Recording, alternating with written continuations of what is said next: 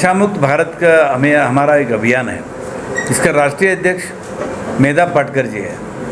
हम देश भर में ये अभियान चलाते हैं। इस बार जैसा कि राजशेखर पाटिल ने बताया आपको, 2 तारीख को गांधी जी के जो स्टैचू है टाउन हॉल के सामने, हम सब लोग एक दिन के लिए वहाँ पर हम बैठ रहे। पूरा देश में नशा मुक्त होना चाहिए। ये नशे से हमारा नौजवान बच्चे बर्बाद हो रहे, बेकार बन रहे। कितने महिला मर्द को खोलिए, बच्चों को खोलिए, बहुत बड़ा समस्या है। ये सामाजिक भी है, आर्थिक भी है।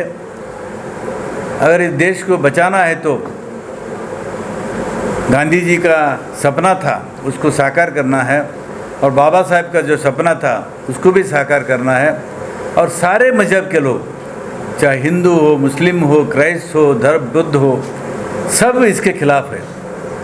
तो आज गुलबर्गा में हम लोग शुरू कर रहे हैं 2 तारीख को। आप सभी का सहकार चाहिए।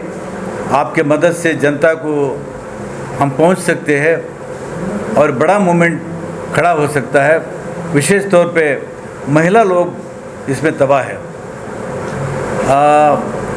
आज रोज़ ज़्यादा बढ़ रहा है। सरकार ने फिर 1000 वाइन शॉप देने का भी बात कल हमारा एक्साइज मिनिस्टर के मुंह से हमने सुना है। ये बहुत भयानक है। तो इसके लिए हम अभियान चला रहे। आप सभी सोशल मीडिया साथियों को मेरा विनती है कि ज़्यादा से ज़्यादा आप लोगों तक पहुंचाने का काम करिए। इतना ही मेरा विनती है। राज्य में आपकी सरकार है, तो इस पर प्रतिबंध राज्य में क्यों नहीं लग रहा है? जिस तरह देखते सर, हाल ही के दिनों में गुलबर्गा जिले से कितना किलो गांजा निकला, बैंगलोर सिटी का पुलिस आके नहीं लेके गया। कोई प्रतिबंध, कोई स्ट्रिक्ट एक्शन क्यों नहीं? देखिए, सरकार तो ज़रूर कांग्रेस का है, लेकिन कांग्रेस का जो मैनिफेस्टो है वो उसको मैं मानता हूँ, लेकिन सारे बातों के लिए मैं राज़ी नहीं हूँ। मेरा एक आज़ादी है, मुझे कहने का हक है, और सॉवरेन गवर्नमेंट है। हम एज ए पब्लिक आदमी, मैं सरकार को भी विनती कर सकता हूँ, सरकार को मैं मांग कर सकता हूँ, और सरकार के सामने मैं धरना भी लगा सकता हूँ इस काम के लिए। एक पार्टी के खिलाफ नहीं है। सर, शराब कानून में एज लिमिट का कोई ऐसा लोगो वगैरह नहीं लगा रखा। देखा जाता है कि कॉलेज स्टूडेंट्स हो या उससे नीचे तक के एज के बच्चे हो, वो लोग शराब खानों में, बारों में दिखे जाते हैं, और पुलिस इस पर कोई एक्शन नहीं लेती है। सरकार का इस पर क्या ये रहेगा? इसके बारे में हम भी दुखी है। नौजवान पूरे सत्यानाश हो रहा है। ये 12-13 साल के लड़के लोग दारू पीना शुरू कर दिए। उसमें समाज में अशांति तैयार हो गया, क्राइम रेट ज़्यादा हो गया, एक्सीडेंट ज़्यादा हो गया, डोमेस्टिक वायलेंस ज़्यादा हो गया, और भी कई सवाल हमारे सामने आ रहे हैं। तो इसको रोकने के लिए एक ही रास्ता है कि नशा मुक्त भारत बनना ही चाहिए, और सारे पॉलिटिकल पार्टीज़ इसको मानना चाहिए।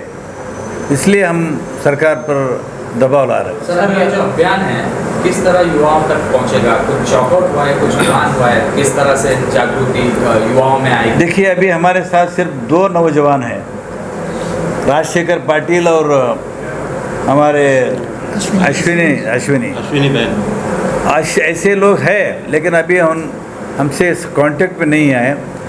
और ज़्यादा से ज़्यादा इसका काम है कि सारे जो रिलीजियस हेड्स हैं, चाहे लिंगायत हो, चाहे मुस्लिम हो, बौद्ध हो, क्राइस्ट हो, इनका बड़ा जिम्मेदारी है। इनको हम विनती करते हैं कि अगर मज़हब को बचाना है, चाहे कोई भी मज़हब को बचाना है, तो दारूबंदी होना बहुत ज़रूरी है। तो इसलिए हम लोग ये फोरम बनाया। सर, पुलिस प्रशासन का भी तो इसमें अहम रोल माना जाए, चेक पोस्ट लगाया जाए, वहाँ से रोक। बिल्कुल, पुलिस और एक्साइज डिपार्टमेंट इसको रोकना चाहिए, लेकिन नहीं रोक पा रहे। इसके वजह बहुत सारी बातें हैं। अभी हम आगे जाके चर्चा करेंगे। जब सरकार हमको बुलाएंगे उस वक्त हम बात करेंगे। हमारा डिस्ट्रिक्ट मिनिस्टर प्रियंका खरगे साहब कई बार इसके बारे में प्रेस कॉन्फ्रेंस में सवाल उठाया कि किराना शॉप में दारू बेच रहा है, पान डब्बा में दारू बेच रहा है, होटल में दारू बेच रहा है। प्रियंका खरगे जी को भी हम मिलने वाले हैं कि आप ही के मुंह से ये बात आए है, आप ही हमारा जिला मंत्री है, आप क्यों नहीं ये काम करते हैं, उनको भी हम बात करने वाले हैं। सर शराब के साथ साथ गांजा भी जो है आम खास बिक रहा है, नशा ये इसीलिए हम सिर्फ दारू का बात नहीं है, नशा मुक्त भारत की बात कर रहे हैं। ये बच्चे लोग जो है ड्रग एडिक्ट हो गए, कितने बच्चे लोग हमारे बर्बाद हो गया ड्रग एडिक्ट होके। और गुटखा में भी नशा है, गुटखा से कैंसर हो रहा है। बहुत बड़े बड़े सवाल हमारे सामने आ रहे हैं, तो विस्तार रूप से हम इसके बारे में चर्चा करेंगे। बिहार में कम से कम नीतीश कुमार जो कानून लाया, बहुत कड़क कानून है। 100% कानून कोई सक्सेस नहीं होता, उसका रीच 80% हो सकता है। मेरे ख्याल से नीतीश कुमार जब कानून लाया 70% वहाँ पर लागू हो गया। 70%, ये भी बहुत बड़ा कामयाबी है। वहाँ महिला खुश है, डोमेस्टिक वायलेंस नहीं हो रहा है, एक्सीडेंट नहीं हो रहा है, और कोई वायलेंस नहीं हो रहा है। बहुत सारे प्रॉफिट इसके बाद होगा। नीतीश कुमार ने तो पहल की है सर, शुरू किया है, लेकिन राज्य में कब होगा ये? नहीं, कई राज्यों ने शुरू किया, गुजरात से शुरू हुआ है, जैसे गांधी जी का राज है, लेकिन आज भी वहाँ पर दारू बेच रहे हैं। तेलंगाना में शुरू किए, वो भी बंद हो गया। केरला में शुरू हुआ, वो भी बंद हुआ। हम कर्नाटक सरकार को हम ये मांग करते हैं कि जैसा नीतीश कुमार जो सारे विरोधी पार्टी एक हो रहे, एक मुद्दा ये भी रखिए कि देश के लोगों को, गरीब लोगों को, महिलाओं को बचाना है तो नीतीश कुमार जी ने अगवा लेना चाहिए कि सारे पार्टियों को बनाना चाहिए कि ये नशा मुक्त भारत बनने का भी काम आपको लेना पड़ेगा। सर, मार्च 2018 में लिकर से रेवेन्यू जनरेट होता 17,000 करोड़। 5 साल में 2023 में आप 32,000 करोड़ का रेवेन्यू जनरेट हो रहा है गवर्नमेंट ऑफ कर्नाटका को। सीएम बोल रहे हैं कि 36,000 करोड़ हमारा टारगेट है, यानी कि बढ़ाना चाह रहे हैं, कम नहीं करना चाह रहे हैं। इंक्रीज होना, 36,000 करोड़ रेवेन्यू जनरेट करने का टारगेट है सिद्धरामैया का लिकर से। सिद्धरामैया का टारगेट नहीं, सरकार का टारगेट है। सर सीएम तो सिद्धरामैया सरकार ने कहा है, गवर्नमेंट आप एक मुहिम लेकर चल रहे हैं, मगर गवर्नमेंट आपके अपोजिट चल रही है। गवर्नमेंट चाह रही है नहीं, नशा ज्यादा हो, टारगेट 36,000 करोड़ का गवर्नमेंट ने सेट किया है। इसमें दो बात है, ज़्यादा बेच के ज़्यादा रेवेन्यू प्रोड्यूस करने का, ज़्यादा बेच के ज़्यादा रेवेन्यू लेने का, क्या नहीं तो थोड़ा ही बेच रहे। ये जो बेच रहे अभी, इस पे ही जो है ना उसका रेट बढ़ा के तो इनकम बढ़ाना, तो रेट बढ़ा के इनकम बढ़ाए तो कुछ प्रॉब्लम नहीं है। तो सेल भी तो कॉस्टली इंक्रीज होगा ना सर? नहीं, कॉस्टली होगा। जितना कॉस्टली होगा उतना रेवेन्यू बढ़ेगा। तो कॉस्टली इतना तो नहीं होगा कि 100 रुपये की चीज़ 2,000 रुपये को नहीं तो नहीं होता। नहीं, मैं उनके लिए बोल रहा था। नहीं, और एक मैं सवाल, महिला सबलीकरण के बारे में, सोशल जस्टिस के बारे में हमारी सरकार कटिबद्ध है, कमिटेड है। ये भी एक सवाल महिला सबलीकरण के में आता है। अगर घर अच्छा रहा तो परिवार अच्छा रहता, बच्चे अच्छा रहता, मर्द अच्छा रहता। घर में ही प्रॉब्लम हो गया तो सारे बिगड़ जाते। तो सबलीकरण का जो बात है इसको अप्लाई होता है। आप महिलाओं को बस का फ्री पास दे रहे, महिलाओं को गृह लक्ष्मी में आप 2,000 रुपये घर चलाने के लिए दे रहे, लेकिन आप 36,000 करोड़ रुपया पैसा उनके तरफ से छीन ले रहे हैं आप। ये सही नहीं है। जो हमारे महिला लोग गांव में हम जाते हैं, विशेष तौर पे दलित कॉलोनी में, तांडा में, गरीबों के कॉलोनी में, हमारे बहनें एक कहते हैं कि आपका पैसा न को, आपका चावल न को, आपका कोई कुछ भी मत न को, हमारा दारू बंद करिए। एक ही मांग है। महिला इतना तबाह है कि कई महिला घर छोड़ के गुलबर्गा शहर में कोई बर्तन धोने का काम करे, कपड़ा धोने का काम करे, कोई घर की सफाई के, सारे महिलाओं के पीछे एक एक कहानी है। इसके बारे में हम जागृत करने के लिए मुहिम उठाए। 65% परसेंटेज ज़्यादा रेट जो है जम किया गया लास्ट 5 ईयर। इसलिए तो हम चिंतित है ना। आपके असेंबली में आवाज़ उठाएंगे या सिर्फ? जरूर असेंबली में आवाज़ उठाए मैं हूँ। नशा मुक्त भारत जागृति अभियान का ऑब्जेक्ट ये है कि समाज में एक जागृति लाए, समाज में एक अवेयरनेस लाए। बार बार ये क्वेश्चन हो रहा है कि हम गवर्नमेंट में हैं, गवर्नमेंट में क्यों आप आवाज़ नहीं उठा रहे हैं, क्यों नहीं बैन करा रहे हैं। हमारा समिति का ऑब्जेक्ट मकसद ये है कि गवर्नमेंट, कोई भी गवर्नमेंट हो, यूजुअली वही योजना बनाती है जो लोगों की जनभावना है, लोगों की क्या फीलिंग है, ये देखकर गवर्नमेंट अपनी योजनाएं बनाती है। तो हमारी समिति का ऑब्जेक्ट ये है कि लोगों में एक अवेयरनेस क्रिएट करें, एक सोशल रिफॉर्म लेकर आए, अपने तरफ से एक रिफॉर्म लेकर आए। सब लोगों को मालूम है ड्रग, आज नौजवान ड्रग में इन्वॉल्व है, महिला परेशान है, एक्सीडेंट्स हो रहे हैं, क्राइम हो रहा है। ये सोसाइटी में, समाज में एक जागृति आना है। समाज में अगर जागृति आएंगी, अवेयरनेस आएगा तो 100% यही ओपिनियन क्रिएट करना है समाज में कि हमें एक स्वस्थ समाज के लिए, एक हेल्दी सोसाइटी के लिए हमें नशा मुक्त करना है। ये अभियान का यही मकसद है। अभियान पैरेलली हम गवर्नमेंट के साथ, गवर्नमेंट को ये सोसाइटी में अवेयरनेस क्रिएट भी करा रहे हैं और गवर्नमेंट को जनता की भावना भी बता रहे हैं। इसका मकसद ये है। इसके लिए आज नहीं बल्कि बी आर पाटिल साहब पिछले कई सालों से ये जागृति अभियान चला रहे हैं। उसका ही एक कड़ी ये है कि समाज में एक जागृति आए, वरना उम्मीद है ना कोई आशा है, हर तरफ निराशा है, बर्बाद तुम्हें ये कर देगा, नशे की यही परिभाषा है।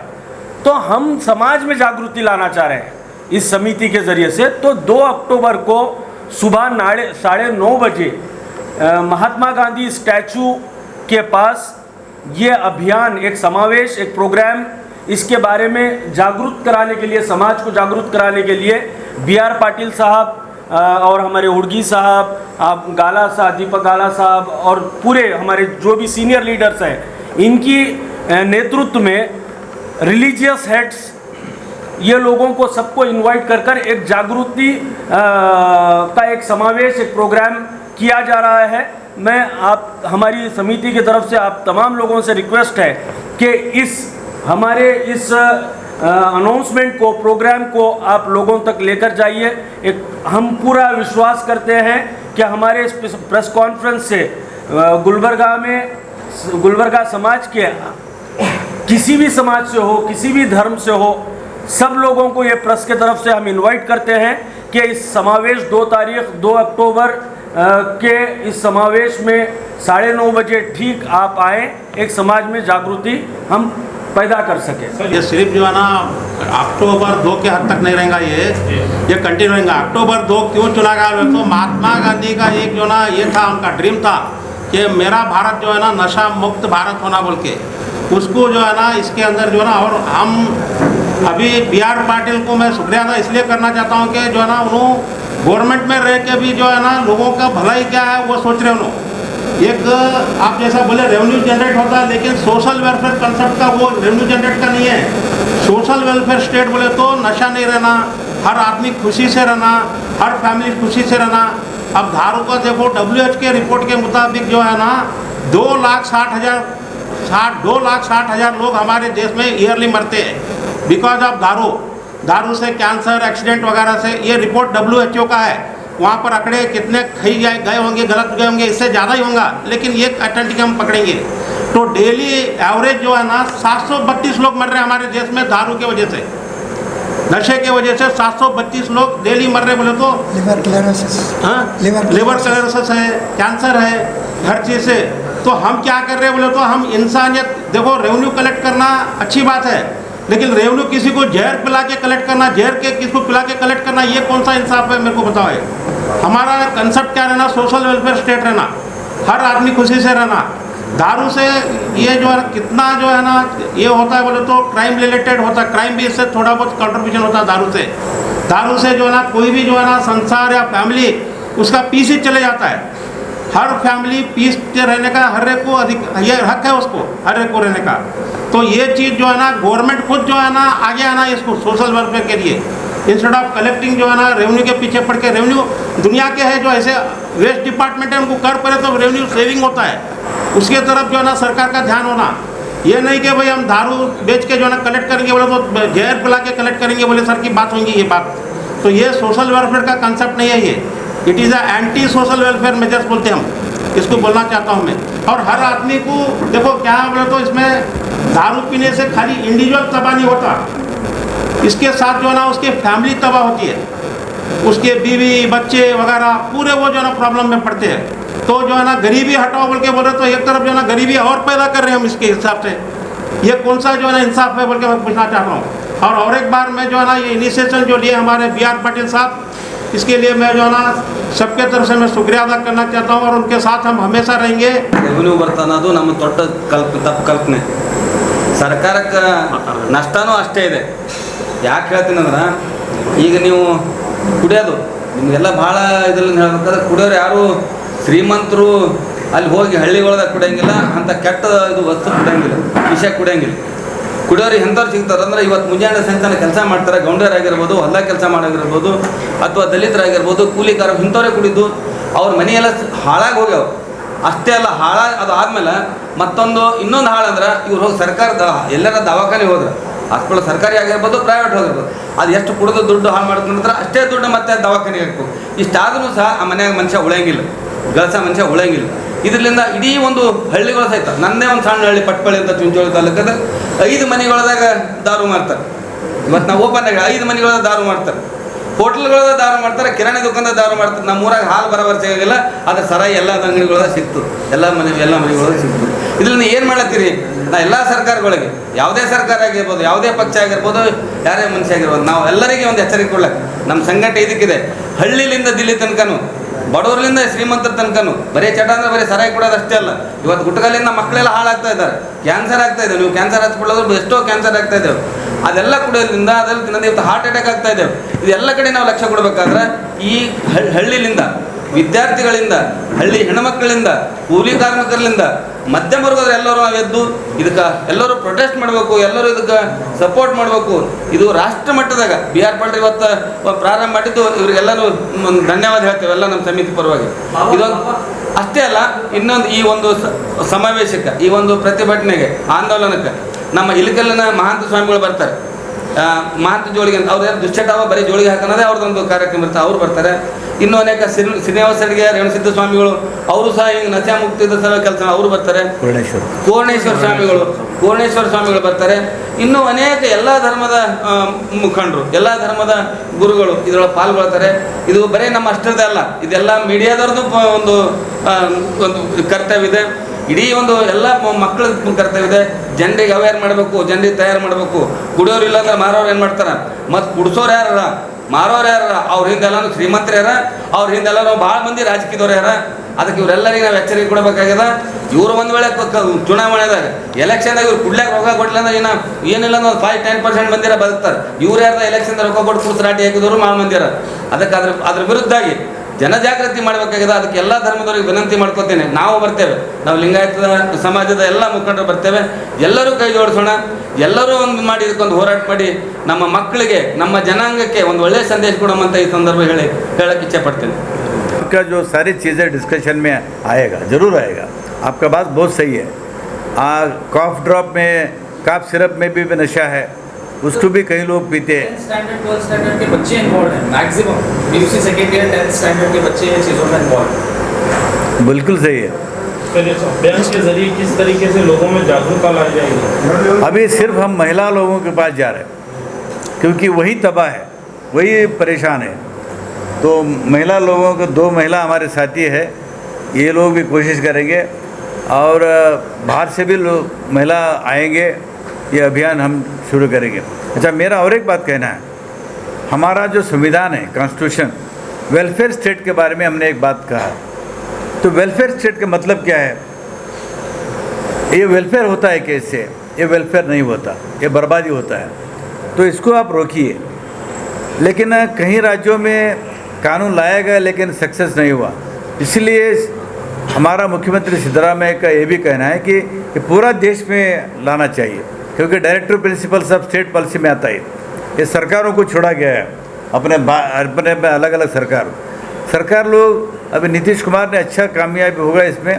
ऐसे ही सिद्धरामैया को हम रिक्वेस्ट करते, ऐसा कानून आप भी लेके जाइए। एक सामाजिक बीमारी है, ये सामाजिक बीमारी को सोशल रिफॉर्म के जरिए से ही खुद की मदद खुद करना है। हमें अपने समाज को स्वस्थ बनाने के लिए अपना खुद रिफॉर्म करना है, हमें खुद जागरूकता लाना है, पिक्चर्स के ज़रिए, स्टोरीज़ के ज़रिए लोगों को समझाना है, और डी एडिक्टेशन सेंटर्स जो बनाए गए हैं उसका प्रॉपर यूटिलाइजेशन करना है। सरकार जहाँ पर दारू एक्साइज डिपार्टमेंट काम कर रहा है, उसके अपोज में एक डी एडिक्शन सेंटर भी सरकार बनाई हुई है, उसका प्रॉपर यूटिलाइज करना है, उसको प्रॉपर तरीके से एस्टैब्लिश करना है, उसका यूटिलाइज करना है। ये तमाम चीज़ों को लेकर हम लोगों में जाकर लोगों में एक अवेयरनेस पैदा करना इसका मकसद है। क्राइम, एक्सीडेंट्स, ये सब बातें हो गए, बहुत सारे भाषण सुन लिए, प्रैक्टिकली लोगों से मिलकर लोगों को समझाने की ज़रूरत है। और वो अगर लोगों में एक फीलिंग, समाज में एक बात, ओपिनियन क्रिएट हो गया, नहीं इसे बंद होना है, तो एक दिन आएगा कि भारत मुक्त, नशा मुक्त भारत बनेगा। लोगों का ओपिनियन क्रिएट होना ज़रूरी है। सब लोग खिलाफ है, पीते क्यों फिर? ಕೆಲಸ ಅಲ್ಲ, ಜಾಗೃತಿ ಅಂತಕ್ಕಂಥದ್ದು ಬಹಳ ಲಾಂಗ್ ಟರ್ಮ್ ಪ್ರೊಸೆಸ್ ಇರ್ತದೆ. ಹಾಗಾಗಿ ಏನು ಸರ್ ಇಷ್ಟು ವರ್ಷದಿಂದ ಮಾಡ್ತಾ ಬಂದಿದ್ದಾರೆ, ಈಗ ಹಳ್ಳಿಗಳ ಕಡೆಗೆ ನಾವು ಮಹಿಳೆಯರನ್ನು ಅತಿ ಹೆಚ್ಚು ಜಾಗೃತಿ ಮಾಡ್ತಕ್ಕಂಥ ಕೆಲಸ ಮಾಡ್ತಾ ಇದ್ದೀವಿ. ಯಾಕಂತಂದರೆ ಈ ನಶೆಯಿಂದ ಬಹಳ ನರಳ್ತಾ ಇರೋರು ಅಂತಂದರೆ ಮಹಿಳೆಯರು. ಹೆಣ್ಣು ಮಕ್ಕಳು ದುಡಿತಾರೆ, ಯಾಕಂದರೆ ಹಳ್ಳಿ ಪ್ರದೇಶದ ಒಳಗೆ 90% ಆರ್ಥಿಕ ಹೊಣೆ ಕುಟುಂಬದ ಹೊಣೆ ಯಾರ ಮೇಲೆ ಇರುತ್ತೆ ಅಂದರೆ ಮಹಿಳೆಯರ ಮೇಲೆ. ಆಕೆ ಗೌಂಡರ್ ಕೈಯಲ್ಲಿ ಹೋಗ್ತಾಳೆ, ಬೇರೆಯವ್ರ ಹೊರಗೆ ಕೂಲಿಗಾಗಿ ಕೆಲಸ ಮಾಡ್ಲಿಕ್ಕೆ ಹೋಗ್ತಾಳೆ, ಏನು ಕೆಲಸ ಸಿಗುತ್ತೋ, ಮನೆ ಕೆಲಸ ಸಿಗುತ್ತೋ, ಏನಾದರೂ ಮಾಡ್ಕೊಂಡು ಬಂದು ತನ್ನ ಕುಟುಂಬ ನಡೆಸಬೇಕು ಅನ್ನೋ ಜವಾಬ್ದಾರಿ ಆಕೆ ಮೇಲೆ ಇರುತ್ತೆ. ಆದರೆ ಕುಡಿತಕ್ಕಂಥ ಗಂಡ ಮನೆ ಜವಾಬ್ದಾರಿಯನ್ನು ಮರೆತು, ಮಕ್ಕಳ ಜವಾಬ್ದಾರಿಯನ್ನು ಮರೆತು, ತನ್ನ ಆರೋಗ್ಯವನ್ನು ಕೆಡಿಸ್ಕೊಂಡು ತನ್ನ ಇಡೀ ಕುಟುಂಬವನ್ನು ಒಂದು ದೊಡ್ಡ ಏನು ನರಕದಲ್ಲಿ ಹಾಕಿಬಿಡ್ತದೆ. ಸೊ ಹಾಗಾಗಿ ಆ ಎಲ್ಲ ಹೊಣೆಯನ್ನು ಹೊತ್ಕೊಂಡಂಥ ಮಹಿಳೆ ಈ ನಶಾಮುಕ್ತ ಭಾರತದ ದೊಡ್ಡ ಶಕ್ತಿಯಾಗಿ ನಿಲ್ತಾಳೆ. ಈ ಒಂದು ಅಭಿಯಾನದುದ್ದಕ್ಕೂ ಕೂಡ ಮಹಿಳೆಯರ ಭಾಗಿತ್ವ ಅತಿ ಹೆಚ್ಚು ಇರಬೇಕು ಅಂತೇಳಿ ನಾವು ಈ ಸಲ ದೊಡ್ಡ ಪ್ರಮಾಣದಲ್ಲಿ ಮಹಿಳೆಯರನ್ನು ಸೇರಿಸಬೇಕು ಅಂತೇಳಿ